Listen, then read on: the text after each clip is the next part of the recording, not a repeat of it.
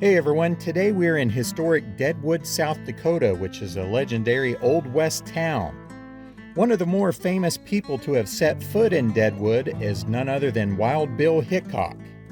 He was assassinated by Jack McCall while playing a game of poker on August 2nd, 1876 in Saloon number 10. The saloon was originally located on Placer Claim number 10, which is where the name was derived from. In 1879, there was a fire that swept through town, destroying the original structure as well as many other structures. A structure was then rebuilt in that exact same location, and over the years it has been many different things. However, today it is a bar, and this was reopened in 2013, and there's a sign outside that boasts itself as the original location where Wild Bill was shot. But just down the road is another bar named the Old Style Saloon number 10, which has been in business for quite some time now. Inside, visitors can gamble, eat, and drink, as well as view all the old artifacts inside. In fact, the saloon boasts having the death chair that Hickok was shot in, and it is displayed right above the door when you come in. But since there was a fire in 1879, it is highly doubtful that it is authentic. The saloon is still a great place to visit and take in the feel of the Old West. It also does a daily reenactment of the assassination of Wild Bill, which is quite entertaining, and it's the reason for our visit today. So sit back and relax and join me for a great show at the Old Style Saloon number 10. World famous Saloon number 10. Now this is the only museum in the world with a bar in it. You know that's why I hang out here. I love museums. Well, anyway, I know why you're all here today. You're to watch me play some cards, right? All right, well, I'm going to do that for you. First, I'm going to tell you some stories about myself and how I came to be the man you know me as today. And also how I ended up here in Deadwood. Well, I can tell you, it's going to be pretty hard to concentrate on stories with these cards sitting all idle like that back here, but I'll do my best. Now, when I get ready to play cards, I'm going to ask for 4 volunteers out of y'all. So if you want to play cards up here, just raise your hand and go, pick me! Oh, wait, not yet, not yet. Your arms are going to get awful tired by the time I ask for volunteers, and you might mess with them. All right, you guys know who I am? Wild Bill. Wild Bill, exactly right. Well, James Butler Hickok. Most folks nowadays, they do like to call me Wild Bill. Like I said, I'm going to tell you some stories about myself, but I may as well start at the beginning. I was born in Troy Grove, Illinois in 1837. Quick, how old does that make me? 39, exactly right. Good job. Well, now, when I was just a kid, I did grow up in Troy Grove, but I didn't really make much of a name for myself. I got pretty good at my shooting because I practiced all the time, but you probably wouldn't recognize me until about 1865. Now, the Civil War had just ended, and, well, I did fight during that war. I was a scout, a spy, and a sharpshooter for the Northern Army. But when the war ended, I just like everybody else. I needed work. So I took off looking for work. I headed west. Though I didn't get too far west before I stopped in my first town, a place called Springfield, Missouri. Now, Springfield, more of just a stopping point for me, but I did find a card game right away, and if you don't know anything else about me, surely you know that I ain't passing me up a good game of poker. Now, in this game, I played with a fella by the name of Davis Tutt. And Davis, he was a southern boy, and of course I fought for the North during the war, so how we got along well enough to sit across the table from each other, I have no idea. Man, that guy really did not like me at all. But we managed, and we did play for a couple days anyway, and well, I ended up owing him about $35. Now $35 being quite a sum of money that I didn't have, and Davis really wanted some collateral, well, I didn't know what I was going to do. All I had was an old pocket watch that my daddy had given me, and I wasn't about to give that up. But Davis, he was relentless. He wanted something to ensure him that he was going to get his money back. So, reluctantly, I did end up giving him that pocket watch, but I told him, I said, now Davis, don't be going around telling everybody how you took that from me in a card game, because that ain't how it happened. That watch means a whole lot more to me than $35, and I'm getting it back. Well, the very next day,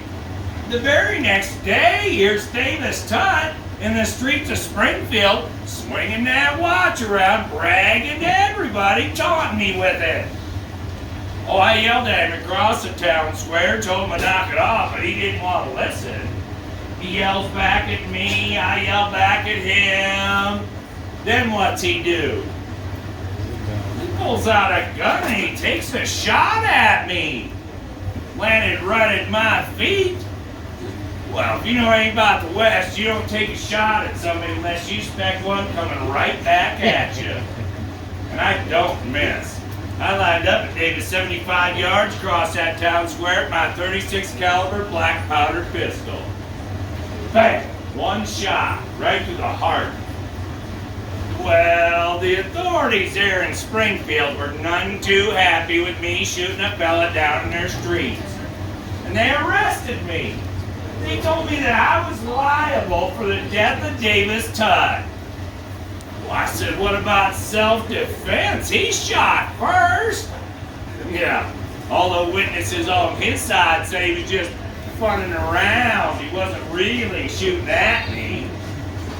You know, I'm quite sure he doesn't think it's too fun anymore. Well, the judge saw it my way. Self-defense. I was acquitted there in Springfield, but I did figure it was about high time I got out of town. Now, as I'm leaving town, I run into another fellow who just happened to be at that gunfight, and he saw the whole thing. He was a writer by the name of Henry Nickel. Now, Mr. Nickel, he wrote for Harper's Monthly, wrote a lot of them dime novels out on the East Coast, said he wanted to do an interview with me. Said the people out there needed a hero with a new frontier, and, well, I guess he was going to make me it. Now, in this interview, I did tell him some stories about myself, and yeah, maybe I did exaggerate just a tad, but not nearly as much as he did. By the time he told that story, he had me killing over 200 people. Can you believe that? It was more like less than a half a dozen at this point, but it did make me famous. I went from being James Butler Hickok to being Wild Bill Hickok, the Prince of the Pistoliers, the greatest gunfighter the West had ever seen. And while the fame was nice, it kind of put a target on my back. Now every guy that had a gun wanted to be the guy that shot down the greatest gunfighter. Well, I had to be extra cautious from then on. Now, I still need to get out of Springfield, so acquitted. They were not happy about it. Well, I still needed work, so I took off and I headed west again. So I traveled across Kansas doing odd jobs just to survive. I drove a little freight for a while, scouted all over that place with the likes of the 7th Cavalry and the 10th Cavalry. And as I'm out there scouting for them boys, well, I noticed a lot of small towns were sprouting up out there. Yeah, it seemed like everybody just kind of headed west on this big land grab, you know? Well, it also seemed to me not a lot of them towns had any law in them to speak of. That gave me an idea, maybe I should be a lawman. So that's what I did. Now, I cleaned up a lot of towns across Kansas. Places like Fort Riley, Wichita, Hays City, a couple more. Till I ended up in Abilene, Kansas. Now, see, Abilene, it was a rough cattle town. One of the roughest there was. The cattle drives, they'd come through there, bring all sorts of outlaws and ruffians with them. They'd shoot up the town, scare the daylights out of the good folks there just trying to make a life for themselves. And the people of Abilene, well, they were more than happy when they heard the great Wild Bill Hickok had taken the job as their marshal and was going to clean that place up. I got there, I laid down some new ground rules. Do not bring your guns to town. Certainly don't be shooting them off in city limits. But there was this guy. There's always this guy, right? Yeah. Fella by the name of Phil Coe. Phil, he was a Texas cattleman. He bought a bar there in Abilene, and I guess he had a little problem with my authority. See, I was a marshal. I laid down the rules and I enforced them. And Phil, he didn't want to follow the rules. He just wanted to argue with me about them all the time. Every day it was something new with that guy. Day in, day out, everything I did was wrong according to Phil.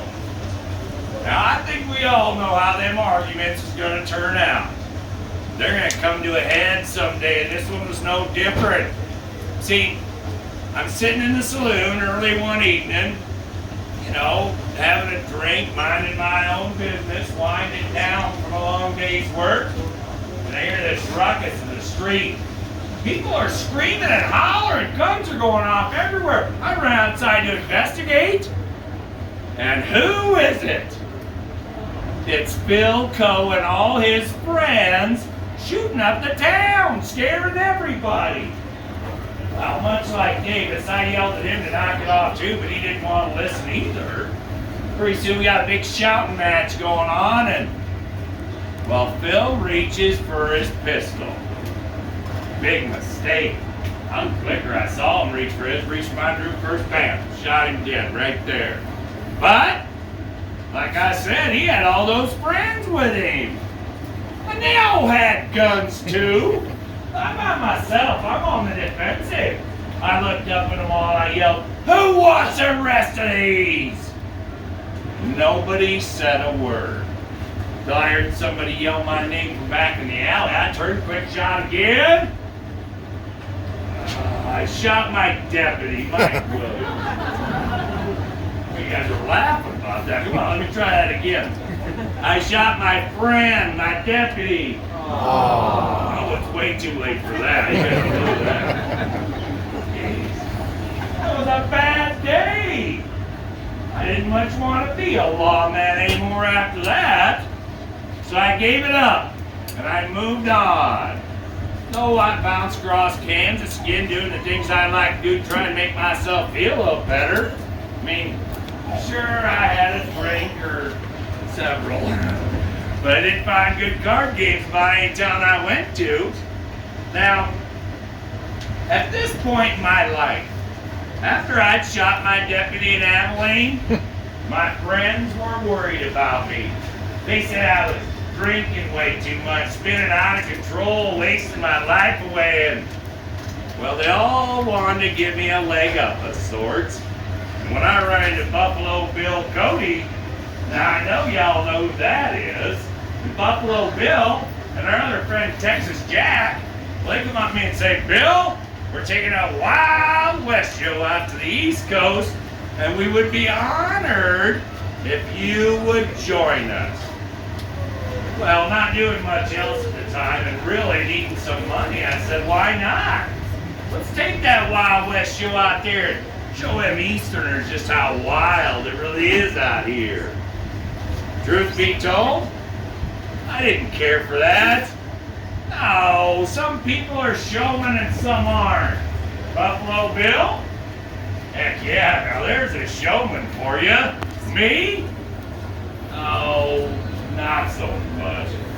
You know, I did get into a little bit of trouble out there. See, my friend Buffalo Bill, he didn't think it was right that I was drinking and carrying on during the shows, and, well, he took my liquor away. I'm here to tell you it made me rather ornery. I shot the lights out of Madison Square Garden, shot a couple of extras with blanks and started their pants on fire because I thought it was funny. Yeah, they didn't. Well, I'd say by the end of it all, my good friend Buffalo Bill regretted every minute of taking me with on that tour. So I saved him the trouble of firing me and I quit. Oh, the West was calling me again anyhow. I had to get back out here. I ended up over there in Cheyenne, Wyoming territory. Now when I got to Cheyenne, well, I bought me a card game right away because that's what I do. Oh, I played for a couple of days, was doing pretty good. I looked up from the table, and in walks a lady friend, Agnes Lake. Now, see, I'd known Agnes for years, and well, we got back together. Oh, excuse me. It was like we never left each other at all. I guess I can tell you folks. No, I was rather fond of Agnes. Well, after sitting down with her for a while, talking a bit and catching up, I found out she's fond of me too, so I asked her to marry me. You know what she said?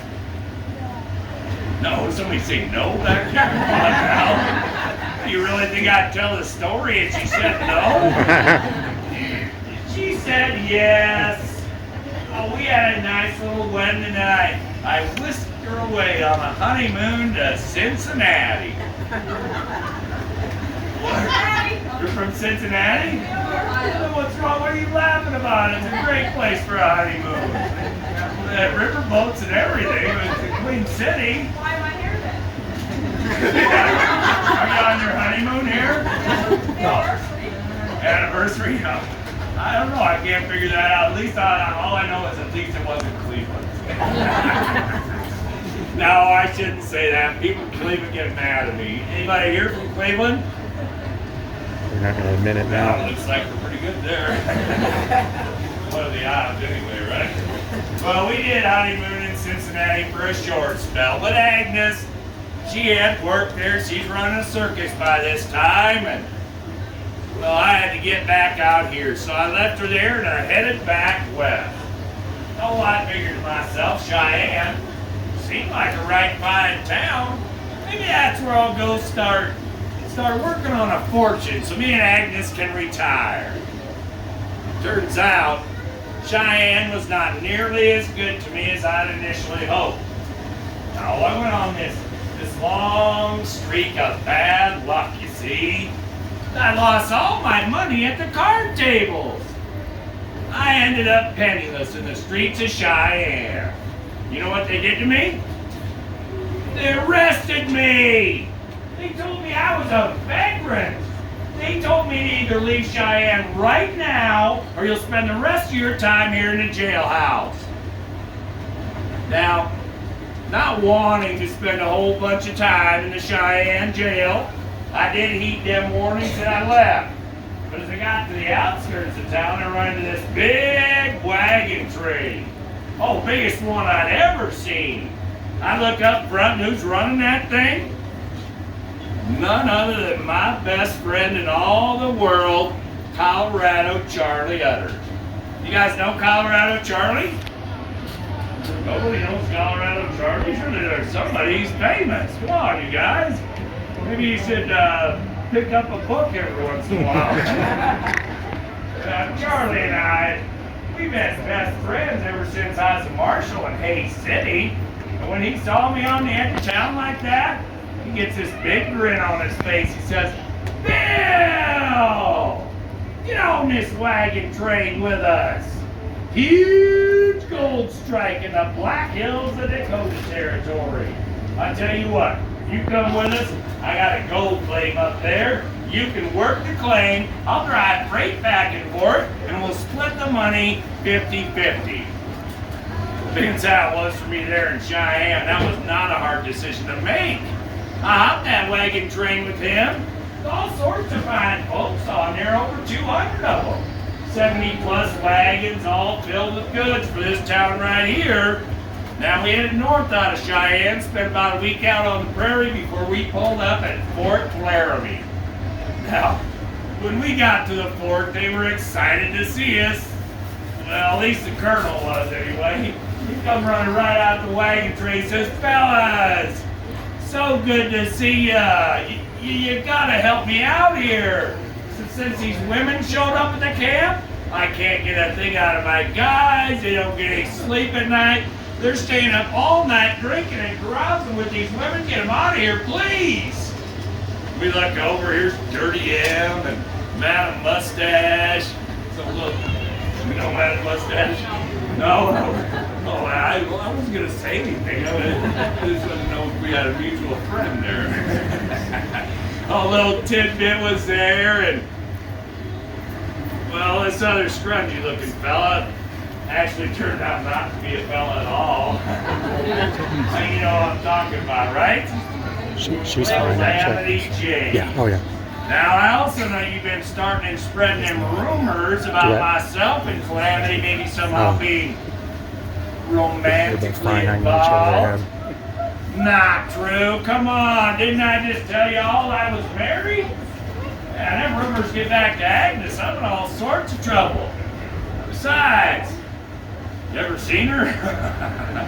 She looks like a man. She dresses like a man. She drinks like a man. She curses like a man. She smells like a man.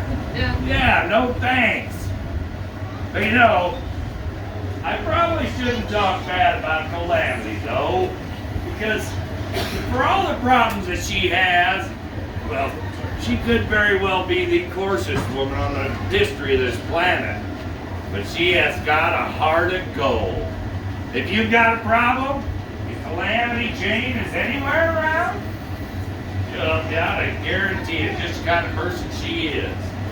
Now, we did get to be friends, and they all got on that wagon train with us. Another week and a half later, we pull up on the edge of town out here. We look down over this gulch, and it stinks something fierce. It was dirty and muddy and nasty. One street, Main Street, the horses, the cattle, the oxen, they go right down that street and do their business. People dump their garbage in the street, they dump their chamber pots in the street. It was gross. But people didn't care. No, they didn't come here for how it smelled or how it looked. You know why they came here, right? Gold, and lots of it. Oh, they were flooding in here by the thousands seeking their fortune. You find any gold? No? You probably wouldn't tell me if you did, would you? You found all in the gift shop. Gift shop gold. That's not even real. You find it? Where'd you find it at? Mount Rushmore. There's gold up there? Nice. I didn't find any. You know, I can tell you right now, though, I got some advice for you, miss.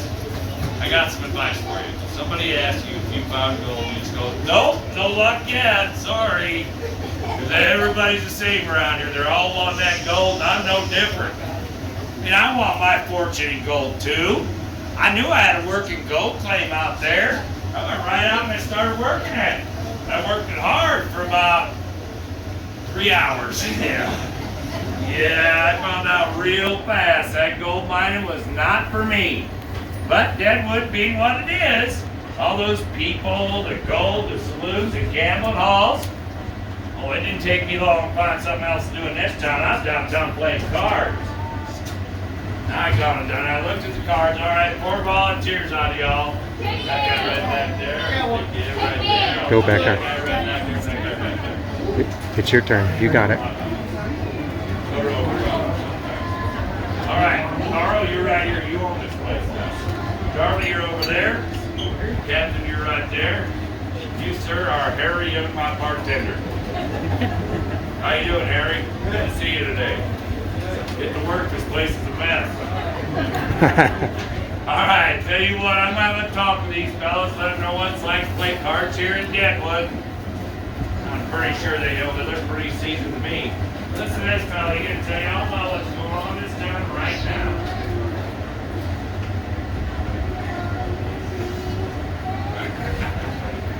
All right, first of all, thank y'all for helping me out. I do appreciate it. Hi, folks, and welcome to the old-style Saloon number 10. In a few moments, you'll step back in time to witness what happened on that fateful day, August 2nd, 1876, when Wild Bill Hickok was gunned down by crooked-nosed Jack McCall. The employees of the number 10 will set the scene for you, so sit back, hang on to your sarsaparilla, and we'll start from the beginning.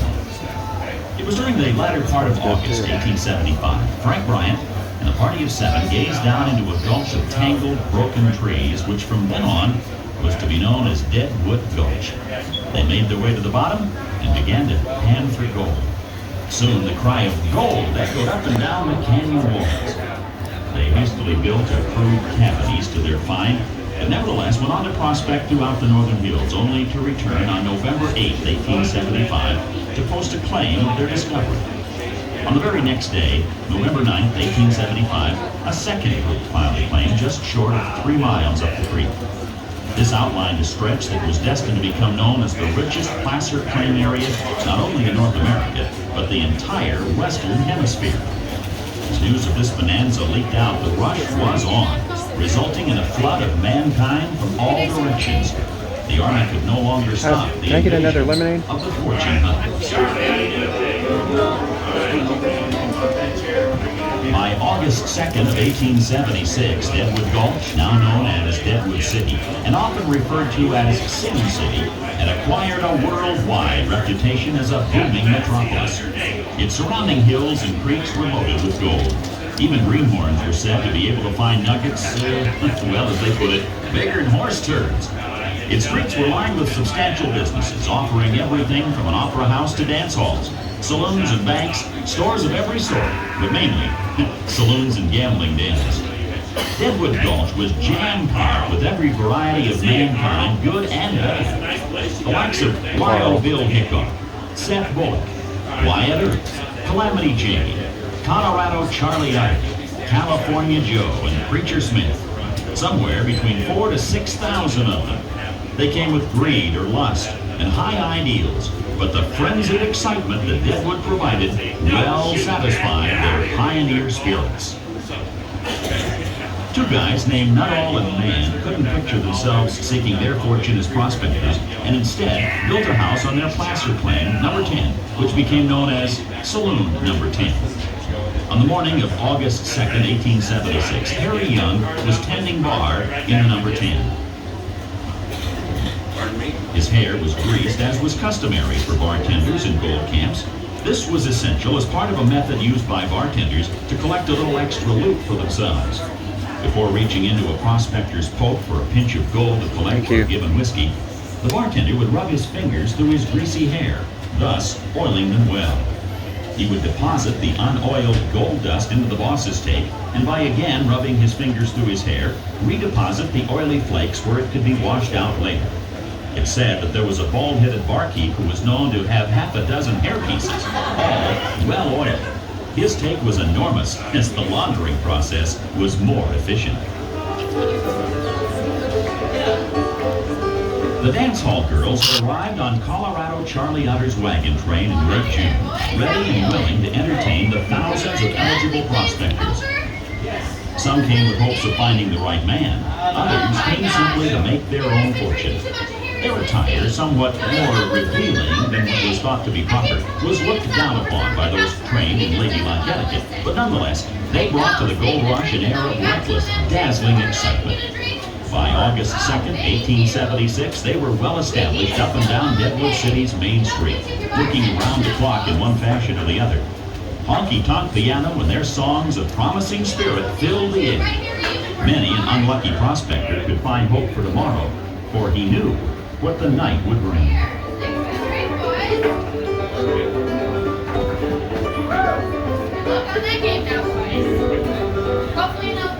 At 3 o'clock in the afternoon, Wild Bill in the Saloon number 10, seeking a little poker action. Charlie Rich, a gambler from Cheyenne, Carl Mann, owner of Saloon number 10, and Captain Massey, a reputable captain from Missouri, were engaged in a game of draw poker and were quick to invite Bill to join I'll them. be there in a second. I gotta get a drink first.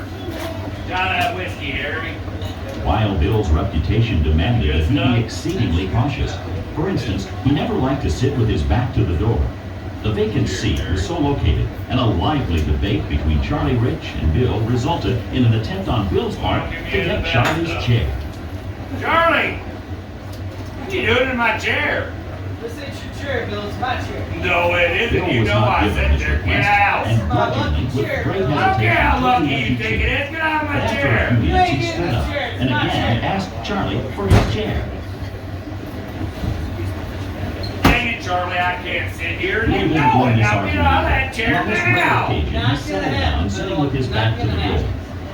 Wariness, though, Fine. kept Bill I'll alert. take your money For and all I'll knew take he your would be a chair, left-handed Charlie. drinker. What's the Fitting matter his with this wife, guy, who Carl? handled his He's pistol. been that way all day. As unpredictable as car beings are, Bill found himself quickly losing to Massey, who had lost to Bill the night before. Bill asked Harry for $15 worth of pocket checks. $15 Harry brought them over to Bill and returned to the bar and his duties. My bet is 3. Soon a shifty drifter known as Jack McCall entered the saloon. Bill quickly turned while drawing his gun. Recognizing McCall as a newcomer to town, he greeted him with the friendly, Howdy, Jack. then reholstered his gun and resumed the I can't game. believe you came back to that. Jack slowly circled the table, pausing briefly behind each player and analyzing each hand. What are you doing? You don't need you lurking over our shoulders while we're trying to play cards. Get out of here, kid. You believe that guy? Are you in, Carl? While Bill's attention was on Massey, there was a friendly argument between them, and while Bill remarked, Come on, give me a drink anyway. Yeah, that's happening. upon returning directly behind Wild Bill, suddenly Jack McCall, Take that, dang you! the bullet struck Bill in the back of the head, coming out of his left cheek and lodged in Captain Massey's left arm. Discovered soon after, the cards Bill was holding were aces and eights, forever known as the dead man's hand. All fled the saloon except Carl Mann, who was held at bay by McCall. Jack snapped the trigger of his gun several times. It failed to fire. He then ran out the door and up the street. He was found hiding in a building behind a butcher shop. Later on in the day, he was tried in a miner's court. The jury, being tainted and influenced by a deceitful defense, found McCall not guilty, and he was released. This decision not only outraged the judge, but also the general populace. McCall left the camp in haste. Upon reaching supposed safety in Wyoming, he began bragging of his ignoble deed. Word of this reached the U.S. Marshal, who tracked McCall down, arrested him, and sent him to Yankton to be tried again in Dakota Territory. It was determined, since the first trial was held in Indian Territory, that it was not legal. McCall was found guilty and hung for his cowardly crime. He was buried in an unmarked grave on the edge of town. Later, as the town grew, the cemetery was moved. As the coffins were opened, one corpse was found with a rope around its neck. It was easily identified as Jack McCall, the assassin of Wild Bill.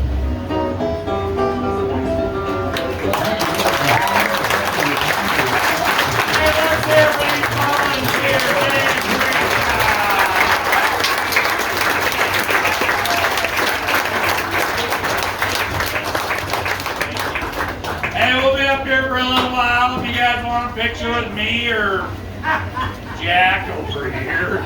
Come on up, don't be shy. Hey, not a spitting, not a spitting that thing. Deadwood Live, they'll be on the streets again. Gunfight, 2 o'clock, Franklin Hotel. Hope to see y'all there. Have a great day in Deadwood, everybody. So I hope you found this little show entertaining in the Old Style Saloon number 10 of Deadwood, South Dakota. If you enjoy Old West tales and stories, please check out some of the other videos that I've done on the channel. As always, thank you so much for watching. We'll see you guys